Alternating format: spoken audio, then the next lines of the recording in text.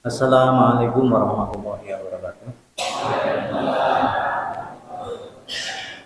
Alhamdulillah, nahmaduhu wa nastaghfiruh wa na'udzu billahi min sayyiati a'malina, man yahdihillahu fala mudilla lahu wa man yudlil fala hadiya lahu. Asyhadu an la ilaha illallah wahdahu la syarika lahu wa asyhadu anna Muhammadan abduhu wa rasuluhu. La nabiyya ba'da, amma ba'du.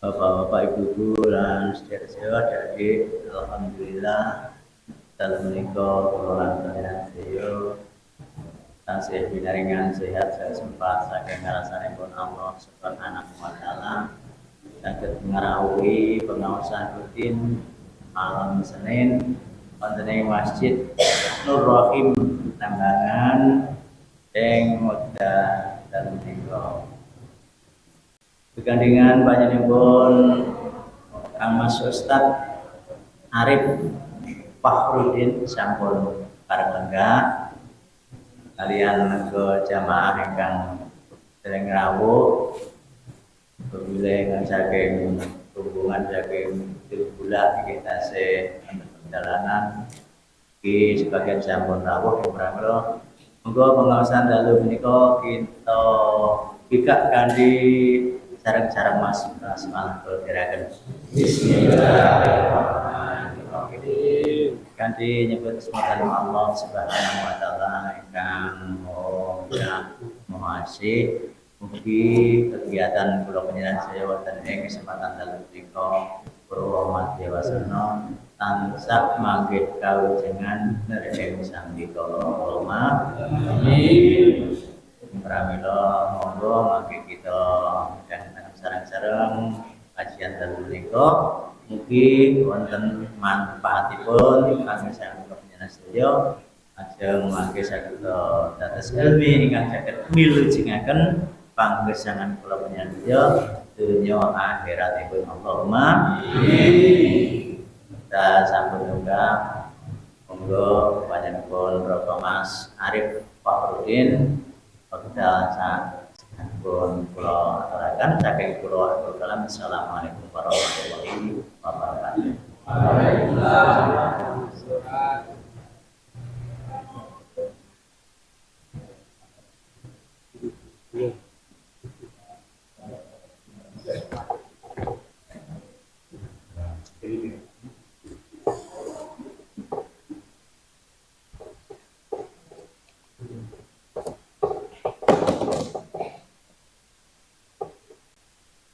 Bismillahirrahmanirrahim. Assalamualaikum warahmatullahi wabarakatuh. Waalaikumsalam warahmatullahi wabarakatuh. Innal hamdalillah nahmaduhu wa nasta'inuhu wa nastaghfiruh wa na'udzu billahi min shururi anfusina wa min sayyiati a'malina may yahdihillahu fala mudilla lahu wa may yudlil fala hadiya lahu. Wa asyhadu an la ilaha illallah wa asyhadu anna Muhammadan abduhu wa rasuluh la nabiyya wa la rasula ba'dah.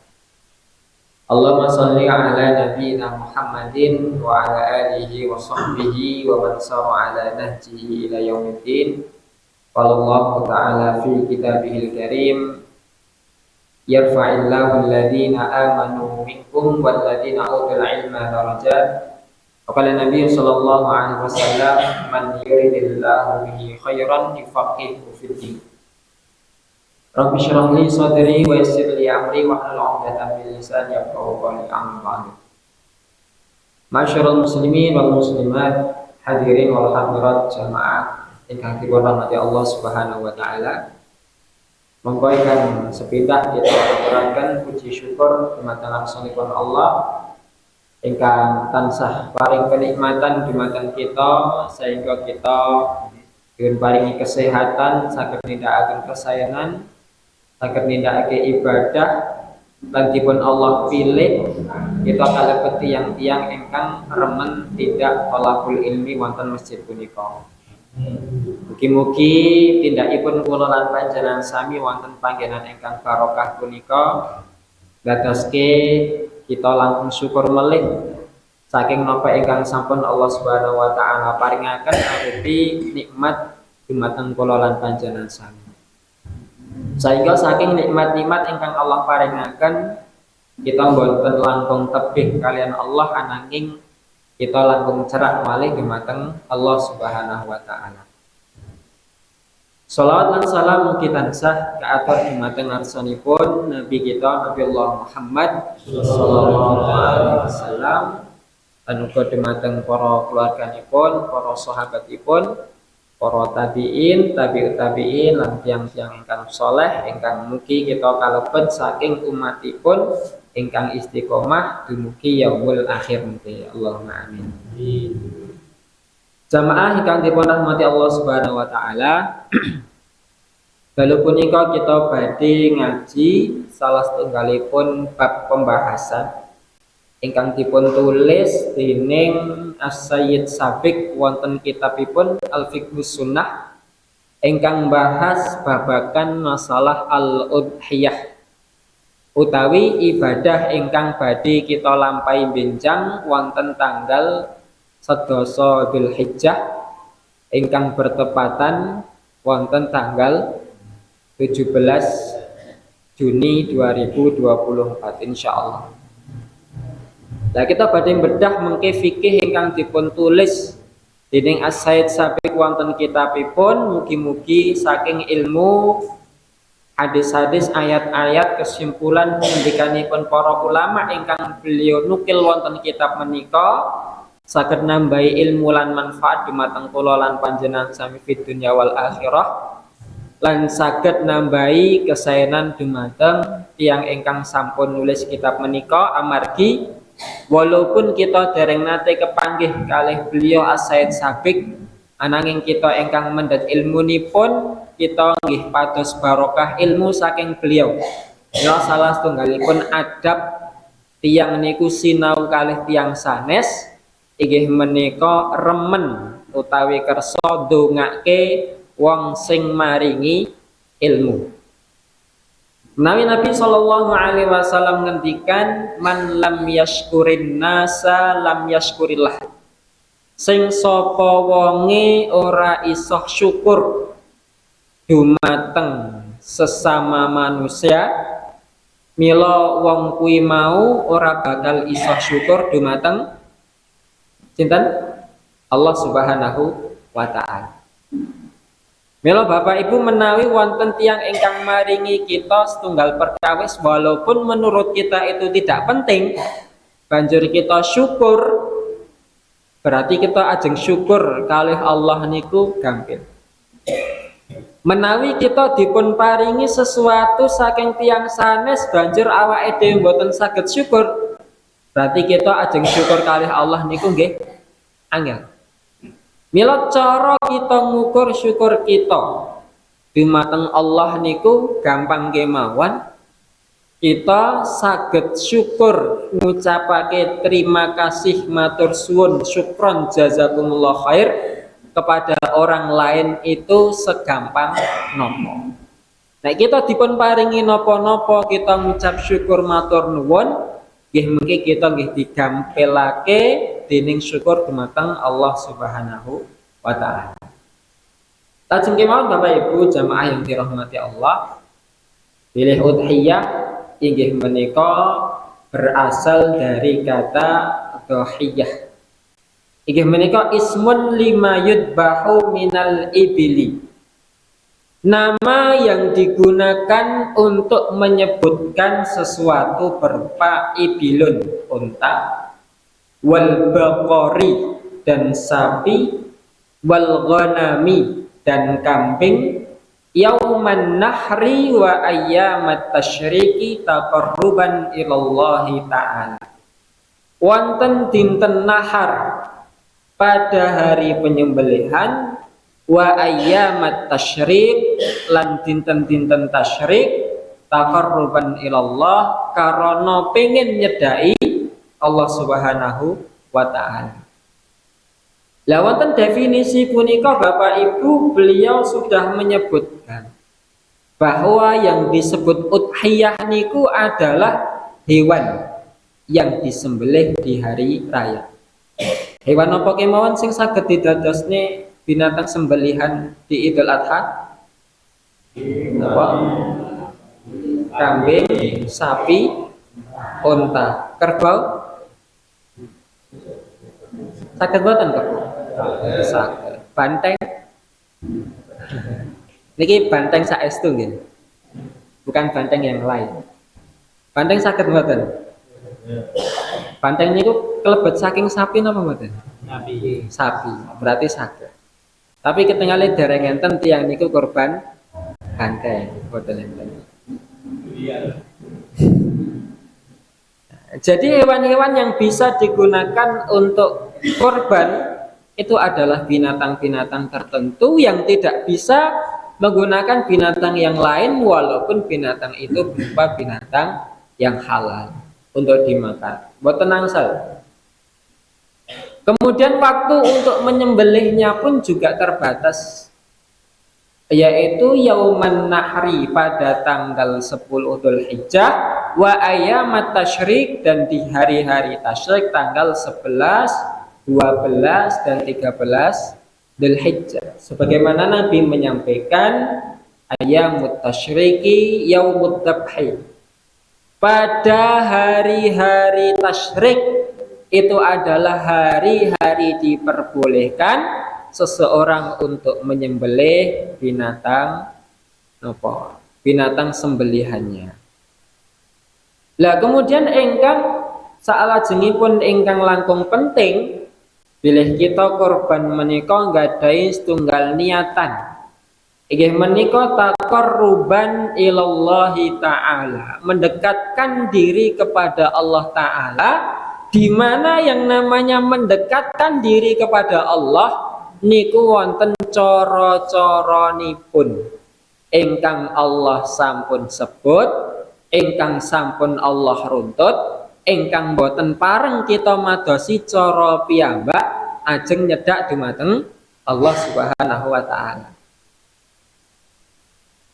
Lah, mila Bapak Ibu, ibadah niku wonten ibadah-ibadah ingkang dipun sebut ibadah mahdhah, wonten ibadah niku ingkang dipun sebut ibadah ghairu mahdhah. Menawi ibadah mahdhah niku ibadah ingkang cara-caranipun niku sampun runtut dipun sebut saking Allah dari A sampai Z. Ananging ibadah ghairu mahdhah niku ibadah hanya Allah sebutkan secara umum bilih perkawis niku ibadah. Ning carane pripun? Monggo. Bisa tergantung dari adat kebiasaan masing-masing. Menawi contoh saking ibadah mahdhah niku kita nindakake salat niku pun enten cara-carane.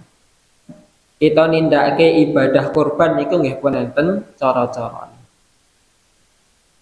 Utawi ibadah siam puasa niku nggih pun enten cara-carane. Ananging ibadah ghairu mahdhah mbok pilih contonipun apa? Thalabul ilmi, mencari ilmu niku nggih kalebet ibadah, kalebet kewajiban. Ning carane pripun? Monggo diserahkan. Ajeng thalabul ilmi wonten pengawasan nggih monggo. Ajeng thalabul ilmi perantara YouTube nggih monggo. Ajeng thalabul ilmi perantara maos kitab nggih angsal. Ajeng thalabul ilmi kanthi jalan nyantri nggih saged. Ajeng thalabul ilmi sowan dateng daleme kiai banjur nyuwun arahan nggih saged. Niku diantara beberapa ibadah-ibadah ingkang sedanten niatipun niku napa? Taqarruban ilallahi taala, mendekatkan diri kepada Allah Subhanahu wa taala. Lah, sakniki kita bahas bagaimana Nabi Muhammad SAW memberikan tentang hukum melaksanakan sholat melaksanakan sembelihan pada Idul Adha. Ternyata Bapak Ibu jamaah yang dirahmati Allah, teng mriki wonten pinten-pinten pendapat yang menunjukkan tentang hukum melaksanakan kurban di hari Idul Adha. Pendapat yang pertama bahwasanya di antara pendapat yang disampaikan oleh beberapa ulama, yaitu bahwa yang namanya ibadah korban itu hukumnya wajib. Berarti nek mboten ditindakne pripun? Dosa. Nek ditindakne pikantuk ganjaran. Niku menawi hukumipun wajib. Lah kados enten napa kok beliau berpendapat bahwa korban itu wajib? Karena diantaranya Nabi Shallallahu Alaihi Wasallam suatu saat beliau berada di Arafah, kemudian menyampaikan kepada penduduk Arafah, wahai penduduk Arafah, berkorbanlah kalian untuk masing-masing rumah satu hewan korban. Kemudian di hadis yang lain Nabi menyampaikan, man wajada sa'atan walam yudhahi fala yaqrabanna musalla. Sing sapa wonge diparingi keluasan rezeki saking Allah, ananging boten purun kurban, fala yaqrabanna musalla.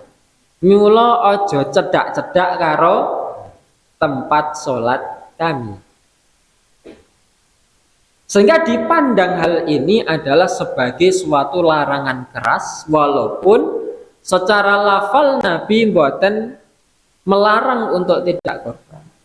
Tetapi secara makna saking hadis menika menunjukkan sing sapa wonge diparingi keluasan rezeki oleh Allah Subhanahu wa taala kok mboten kersa korban, maka jangan sampai dia mendekati tempat sholatnya Nabi, jangan sampai dia mendekati masjid. Berarti napa? Mungkin sebagian orang menganggap, oh mungkin pun mboten dianggap saking umatipun Nabi Muhammad Sallallahu Alaihi Wasallam. Nah, sehingga beberapa mengambil pendapat bahwa berkorban itu hukumnya adalah wajib.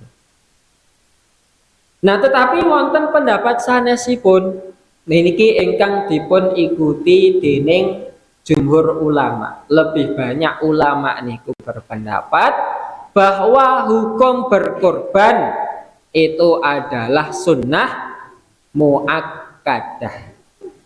Napa Bapak? Sunnah muakkadah. Napa sunnah muakkadah niku? Suatu perbuatan yang disunnahkan tetapi mendekati kewajiban. Asline perbuatan niki wajib, ananging gur pengen umat Islam niki mboten kabotan sehingga hukumnya diturunkan menjadi sunnah muakkad. Napa dene Nabi Muhammad Sallallahu Alaihi Wasallam beliau pernah menyebutkan salasun wonten tigang perkawis. Hunna alayya faraid. Ingkang tigang perkawis niki hukume wajib tak lakoni. Wa alaikum tatawwuun. Ananging tigang perkawis niku wau hukume sunnah kanggo kowe kabeh. Berarti napa? Nek kanggene Nabi wajib, kanggene kita sunnah. Napa kemawon sepindah? An-nahru. Napa? Menyembelih di hari Idul Adha. Ingkang nomor kalih al-witru. Napa? Salat witir. Ingkang nomor 3 warok atau duha, dan melaksanakan 2 rakaat salat duha. Nek Nabi Shallallahu Alaihi Wasallam niku hukume wajib korban wajib, salat witir wajib, kalih rakaat salat duha wajib. Ananging kita umatipun Nabi Muhammad niku hukume di bawahnya wajib, no Pak, sunnah muakkadah. Alasane napa? Kajenge kita umat Islam niku mboten kabotan. Soale nek tigang perkawis niku diwajibke, mungkin hidup kita akan semakin terbebani, pun rodok angel. Ibaratnya kita subuhan mawon tangi jam pinten? Adzan nembe wuku nggih. Nah anu komat nembe Nah anu nek jagone kluruk nembe mboten jagone kluruk ding ngapunten nek pandangane pun sulap ngoten nembe kuwi. Nah, sekarang bagaimana ketika sholat witir itu diwajibkan, maka akan terasa memberatkan. Nah, Mila menguatkan lagi pendapat yang menyebutkan bahwa korban adalah sunnah muakkad, bahwa dahulu Abu Bakar As-Siddiq kalih Umar bin Khattab nate boten nindake korban. Napa Abu Bakar kali Umar niku wau nembe rezekinya sempit boten. Ternyata rezekinya lancar seperti biasa. Tetapi beliau berdua tidak berkorban secara sengaja di 1 tahun mergo mboten pengen. Mengke kaum muslimin sanese nganggep pilih korban iku hukume wajib. Nek hukume wajib ora nindakne dosa. Nah, terus niku wae. Walaupun Bapak Ibu jamaah yang dirahmati Allah, ibadah korban niki ibadah ingkang ganjarane Masya Allah sangat banyak sekali, sangat tinggi sekali. Sebagaimana kita berpuasa niku ganjarane kathah, ganjarane agung. Ananging wonten 1 tahun 12 bulan Allah naming paring kewajiban niku poso ping 1 bulan. Padahal poso ganjarane gede. Bayangke Bapak Ibu menawi Allah paringi kewajiban siam niku 3 bulan berturut-turut. Sing kiat tiang pinten? Sing kiat naming seketik. Tetapi napa? Allah hanya menyebutkan ayyamam ma'dudah.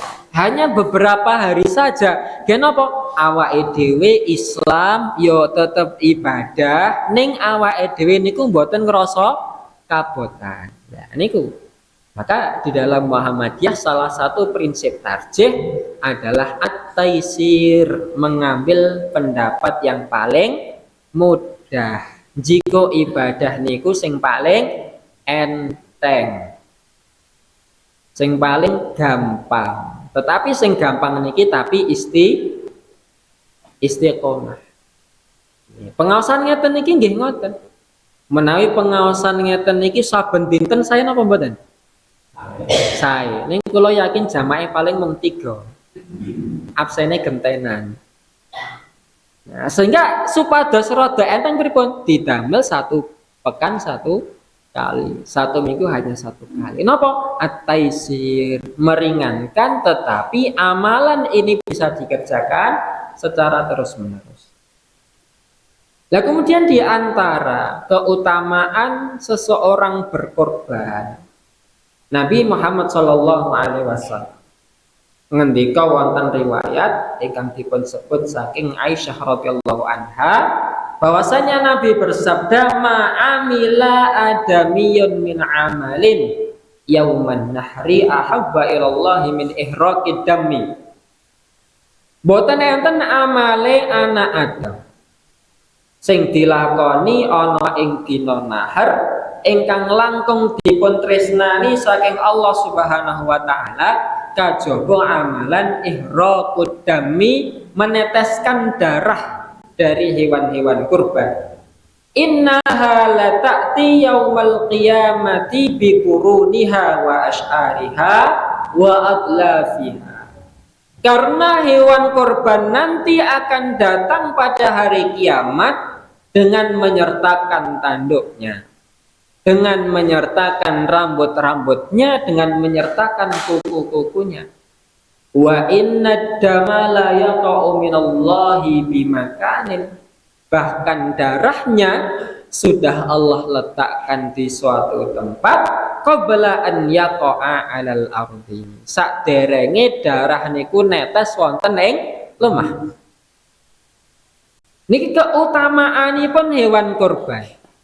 Jamaah yang dirahmati Allah Subhanahu wa taala, bahwa hewan kurban niku anggota tubuh napa kemawon niku bakal dihitung sebagai ganjaran.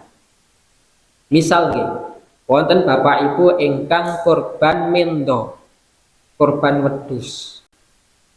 Menawi ajeng dipun hitung, wulune wedhus niku enten pinten? Pinten? Kathah nggih. Kathah nggih. Bayangkan bapak ibu menawi jumlahe wulu wedhus kita korban mendo, jumlah wulune niku dicatat sebagai pahala kita. Dicatat di dalam rekening amal kebaikan kita. Mungkin di bar korban niku awake dhewe ajeng ngadep Allah niku pun pede ngaten. Ajeng dipun pundhut niku pun mboten wedi. Wah, amalku jek akeh. Dosaku wis diampuni. Saderenge sampun siam Allah. Niku nembe napa? Nembe bulu-bulunya saja. Belum anggota tubuh yang lain, darahnya, dagingnya, kakinya, kepalanya, matanya, semua anggota tubuh itu dihitung sebagai pahala oleh Allah Subhanahu wa taala, diberikan kepada orang yang berkorban niku. Mila wonten setunggalipun larangan kagem sinten kemawon ingkang nindakke korban untuk menjual bagian dari hewan kurban. Tidak boleh menjual kulitnya, tidak boleh menjual kepalanya, tidak boleh menjual kaki-kakinya, tidak boleh menjual dagingnya, tidak boleh menjual bahkan sesuatu sing dianggap boten penting niku boten angsal di sati, tidak boleh dijual. Mergo napa? Ketika ada satu anggota tubuh dari hewan kurban itu yang dijual, maka sama saja kita mengambil bagian akhirat kita untuk kita ambil dalam kehidupan dunia kita. Bal tu'thirunal hayatad dunya wal akhiratu khairu wa abqa. Jangan sampai kita niku kalebet yang ingkang mengutamakan kehidupan dunia, mengambil laba bati dari hewan yang sudah kita korbankan untuk mencari keuntungan dunia. Nah, ini diantara keutamaan orang-orang yang berkorban. Lah masih di dalam hukum berkorban iku wae.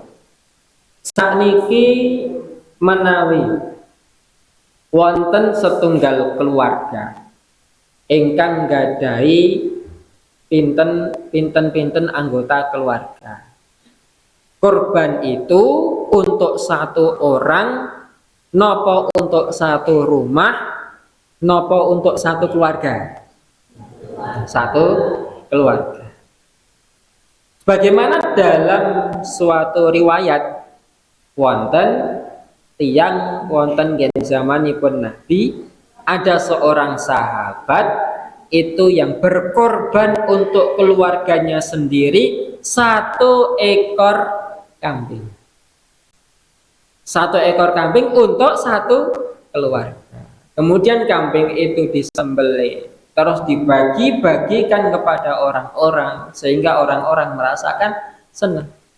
Berarti hukum dari melaksanakan udhiyah utawi korban inggih menika sunnah kifayah. Walaupun mau sunnah muakkad ananging sunnah muakkad ingkang sunnahipun kifayah. Tegasipun apa? Ketika ada satu anggota keluarga yang sudah berkorban, maka anggota keluarga yang lain juga sudah mendapatkan pahala korban. Tetapi Bapak Ibu menawi setunggal keluarga niki enten ingkang badhe korban boten namung setunggal. Satu keluarga berkorban 2 kambing. Satu keluarga berkorban untuk 1 ekor sapi. Dan 1 ekor sapi niki saged pinten keluarga? 7 keluarga, maksimal 7 keluarga. Satu keluarga berkorban 1 ekor unta. Nek unta kagem pinten keluarga? 10. Tetapi hanya dikeluarkan oleh 1 orang di dalam keluarga, atau 1 keluarga berkorban 2 ekor kambing, nggih mboten masalah. Napa dene Nabi Muhammad sallallahu alaihi wasallam dalam satu riwayat beliau menyembelih duha Rasulullah sallallahu alaihi wasallam bika ba'syaini amlahaini aqranaini dabbahahuma biyadihi wasamma wa kaffara. Nabi Muhammad sallallahu alaihi wasallam ketika beliau berkorban, nate berkorban itu dengan 2 ekor kambing kibas. Ingkang kambing ini berwarna putih, yang kakinya berwarna hitam, mulutnya berwarna hitam, di kelopak matanya nggih berwarna hitam. Pokoknya kambing yang paling bagus. Ya, ini satu keluarga, ananging wonten kalih mendo ingkang dikorbankan untuk satu keluarga tersebut. Lah niki nggih mboten masalah. Kemudian menawi wonten keluarga ingkang nembe sedo, banjur keluargane kewa pengen ngirim ganjaran dumateng tiyang ingkang sedo, ingkang sampun sedo, terus melu urunan, nambahi urunan atas nama si mayit, atas nama jenazah. Angsal napa mboten? Asal napa mboten? Teng mriki wonten 3 pendapat saking para ulama. Sah napa mboten, sampai napa mboten korban yang diatasnamakan orang yang sudah meninggal, ada 3 pendapat. Pendapat yang pertama yang menyebutkan bahwasanya sampai pahala yang dikirim kepada orang yang sudah meninggal atau berkorban atas nama orang yang sudah meninggal. Nah, dalile napa? Dahulu Ali bin Abi Thalib niku nate korban niku 2 ekor kambing. Kambing yang satu beliau niatkan untuk keluarganya Ali, Fatimah, Hasan, Husain. Kemudian kambing yang satu diniatkan untuk bapak mertuanya, sinten? Nabi Muhammad sallallahu alaihi wasallam. Nah, pendapat yang pertama. Selain itu, Nabi Muhammad nalika tesih gesang nyembelih mendo, nyembelih kambing niku kalih dongane Allahumma hada anni wa an ummati jami'an. Ya Allah, kula nyembelih kewan niki, mendo niki kangge kula kalih kangge umat-umat kula sedanten. Padahal ketika itu umat Nabi Muhammad sudah ada yang syahid, sudah ada yang meninggal.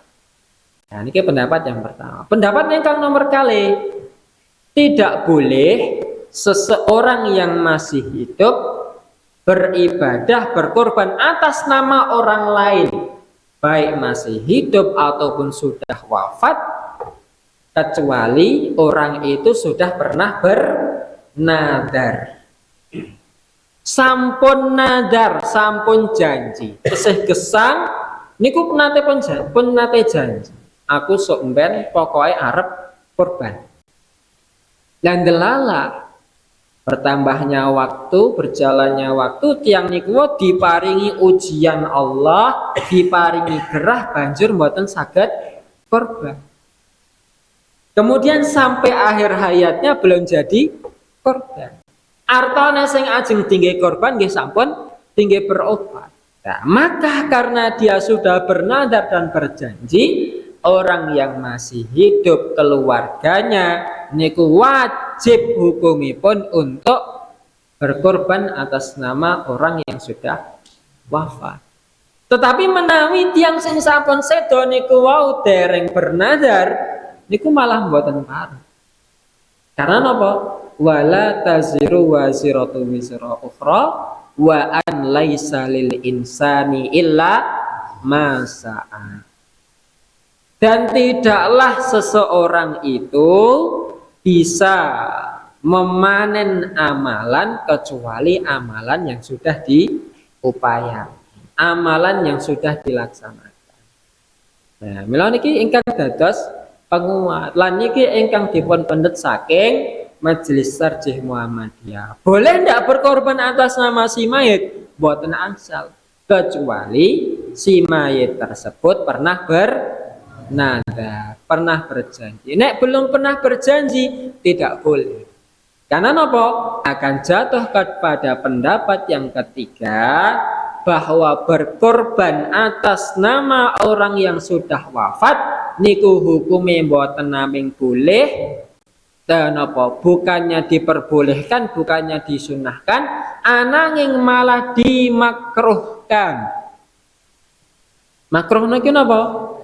Suatu perbuatan ketika ditinggalkan mendapat pahala, ketika dilakukan tidak mendapatkan apa-apa.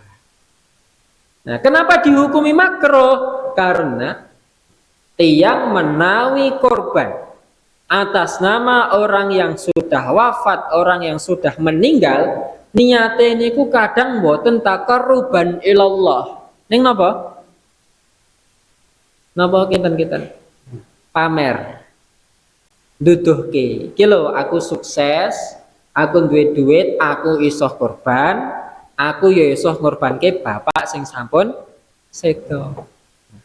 Terus wonten tigang hukum, napa tigang pendapat saking para ulama. Yang pertama boleh dan sampai, ingkang nomor kalih boleh ketika diawali dengan nadar, yang ketiga makruh.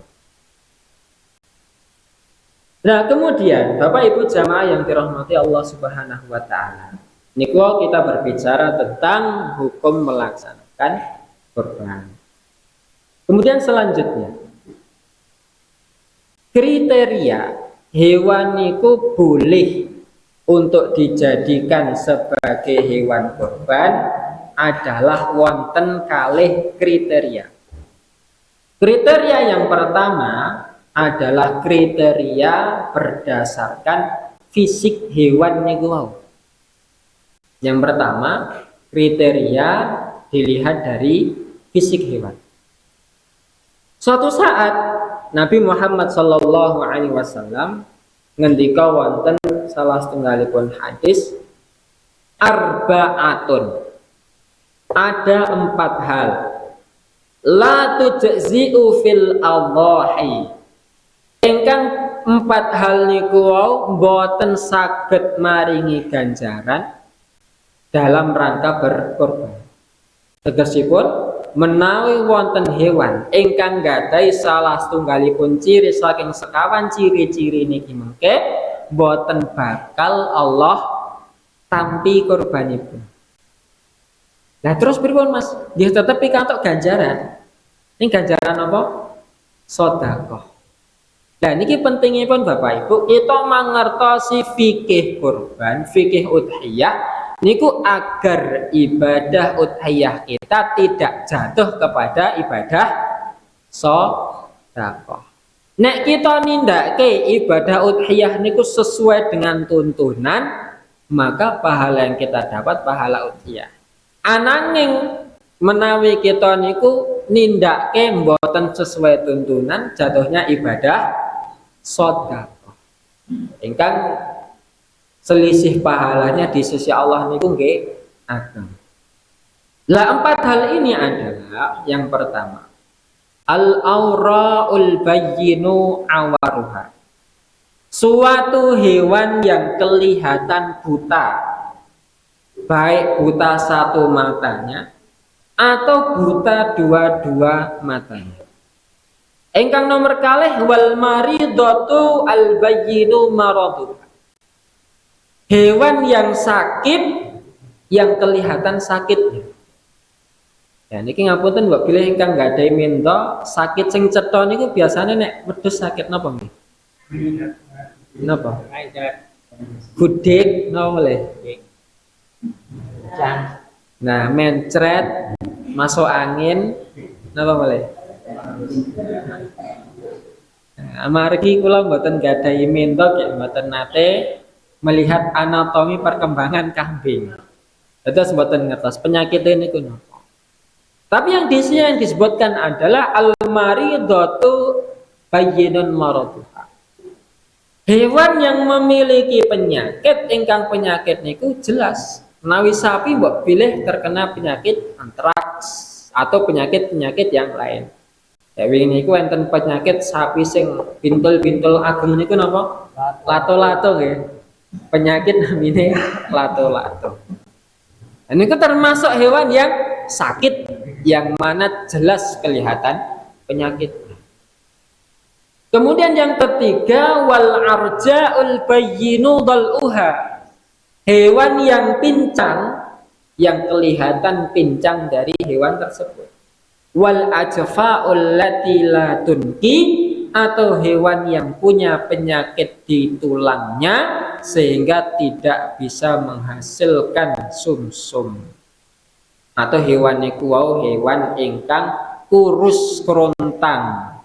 Ingkang disawang niku mung ketok balung ketutupan kulit. Niku mboten sah. Bukan hanya mengurangi pahala, tetapi menjadikan status korban niku tidak dihitung sebagai korban.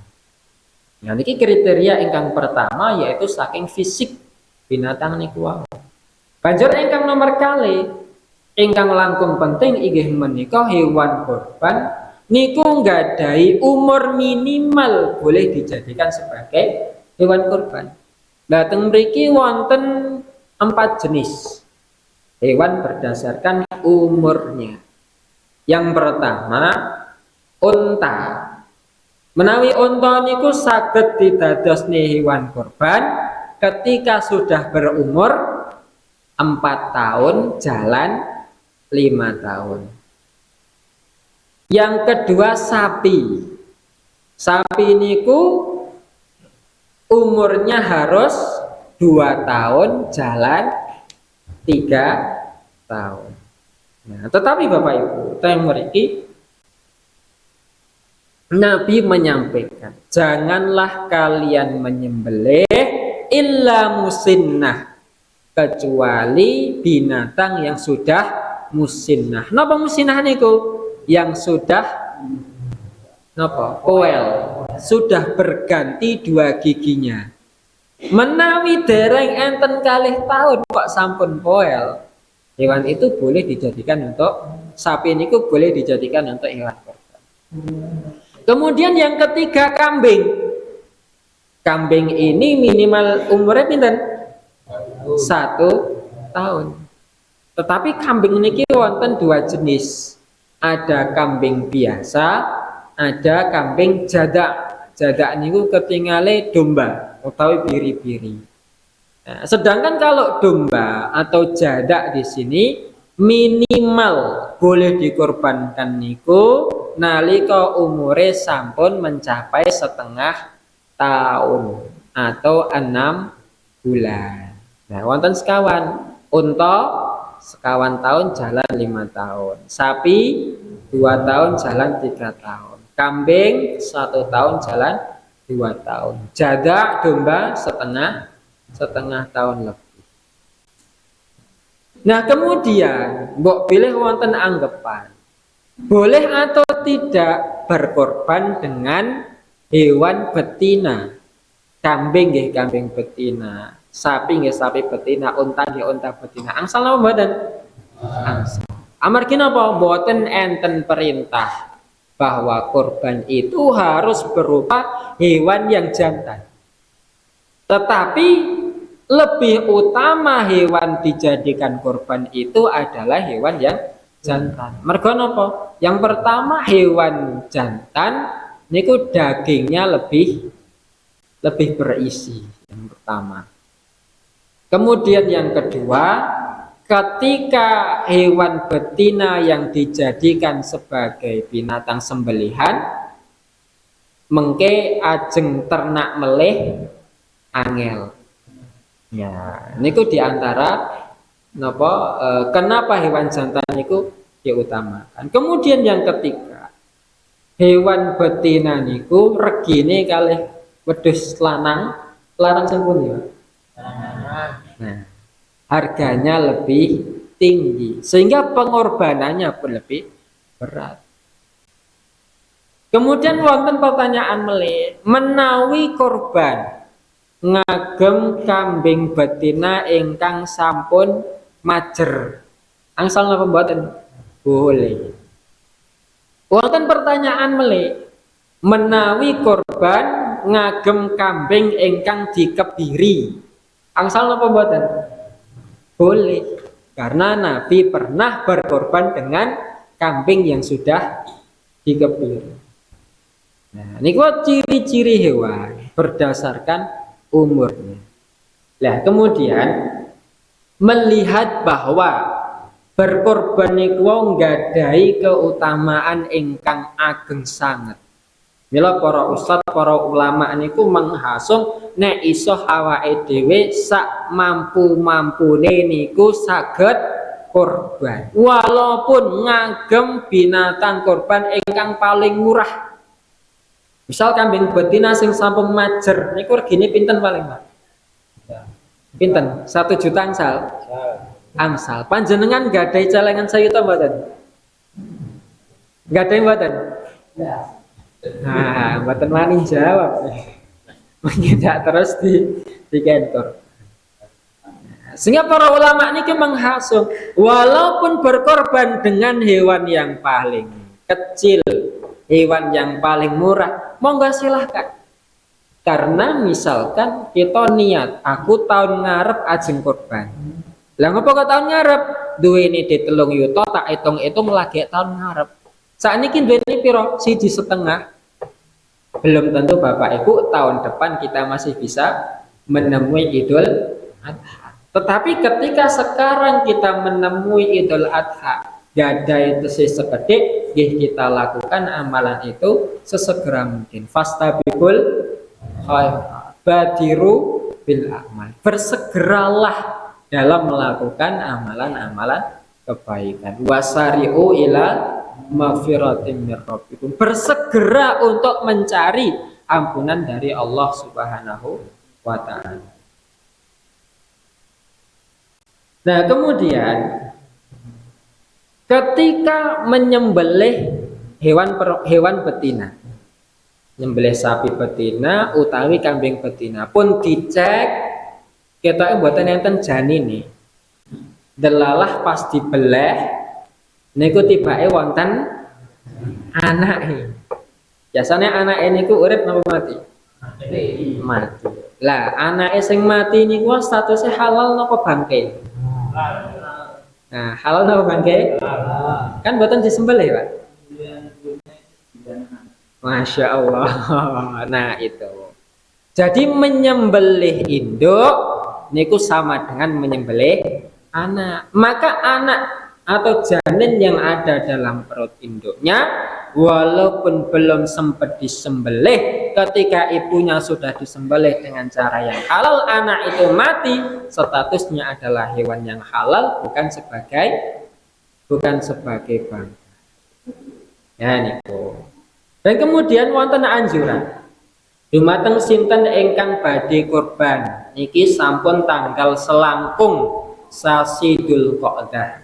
Insyaallah setunggal pekan melih kita sampun mlebet awal bulan Dzulhijjah. Ingkang Nabi menganjurkan idza dakhala awwalu Dzulhijjah, ketika masuk awal Dzulhijjah wa arada ahadukum ayyudhi, banjur wonten ingkang badhe kurban fal yumsik min sya'rihi wa adfari, maka hendaklah dia menahan untuk tidak memotong kuku-kuku dan juga rambut-rambutnya.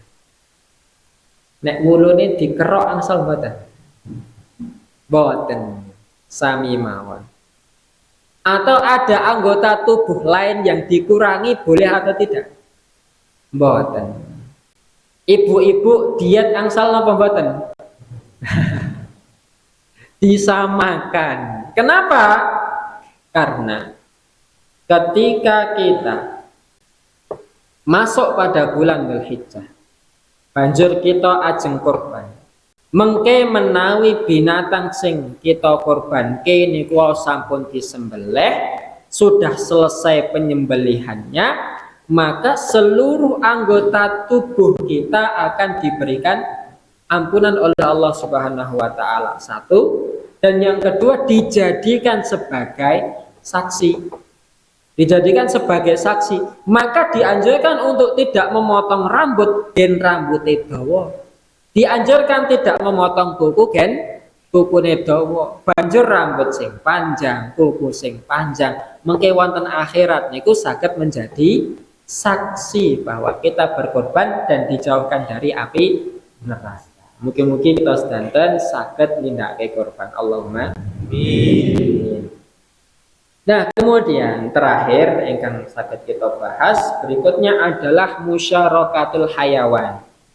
Bagaimana hukumnya atau ketentuannya di dalam musyarakah berserikat di dalam iuran hewan kurban. Kita sampun mangertosi sedanten menawi kambing itu untuk 1 orang, sapi untuk 7 orang, kalau unta untuk dalam suatu riwayat 7, dalam satu riwayat 10 orang. Nanging salah teng mriki mboten enten unta ya. Minimal kambing nopo sapi, mboten enten sing korban unta. Jadi 1 atau 7. Sakniki kadang wonten ingkang dados permasalahan itu ketika ada korban setengah. Korban setengah pripun? 1 bagian, 1 iuran dicicil oleh 2 orang dan kedua-duanya mendapatkan bagian setengah-setengah. Maka hal ini menjadikan musyarakah serikat saking korban menika lebih dari 7 orang. Lah ini yang tidak boleh. Menawi 5 orang boleh, 3 orang boleh, 1 orang boleh. Tetapi lebih dari 7 orang niku mboten pareng. Dan ketentuan dari musyarakah 7 orang berkorban niku iurane kedah sami. Menawi urunan harus sama, tidak boleh 1 orang iuran 2 juta, 1 orang 4 juta, yang lain 3 juta. Niku mboten pareng. Tegesipun tiyang 7 niku wau iuran dengan jumlah yang sama. Tidak boleh ada yang lebih banyak, tidak boleh ada yang lebih sedikit. Ananging Bapak Ibu jamaah yang dirahmati Allah, kadang wonten tiyang ingkang tibondata kok kangelan.